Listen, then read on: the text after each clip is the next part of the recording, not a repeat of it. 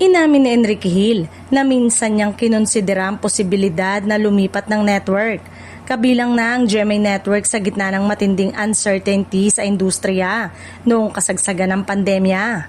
Sa panayam niya ay naging bukas ang aktor sa pagbabahagi ng kanyang naging sitwasyon noong 2022. Ayon kay Enrique, wala siyang kontrata noon sa ABS-CBN kaya natural lamang na pag-isipan nila ng kanyang manager ang iba't ibang oportunidad. Bagamat nananatiling number 1 para sa kanya ang kanyang home network, aminado siyang hindi nila alam kung ano ang mangyayari sa hinaharap, lalo na't sariwa pa noon ang epekto ng shutdown at iba pang pagbabago sa industriya.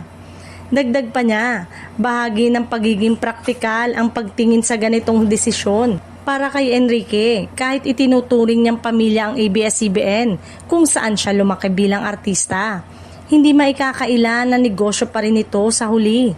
Kaya naman ang pag-explore ng iba't ibang opsyon ay isang matalinong hakbang sa panahong puno ng kawalang katiyakan. Matatandaan ang huling teleserye niya sa ABS-CBN ay ang Make It With You, kasama ang dating karelasyon na si Liza Soberano.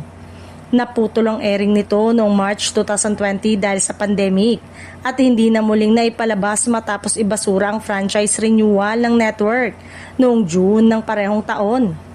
Noong 2023, pumirma pa rin si Enrique ng exclusive contract sa ABS-CBN, ngunit hindi natuloy ang inaasahang proyekto niya rito. Sa halip, naging abala siya sa pagpuproduce ng mga pelikula tulad ng I Am Not Big Bird at Strange Frequencies noong 2024 bilang bahagi ng pagpapalawak niya ng kanyang karera sa likod ng kamera. Sa huli, natuloy ang kanyang pagbabalik telebisyon sa pamamagitan ng A Secret in Prague sa TV5 kung saan hindi lamang siya bida kundi co-producer din.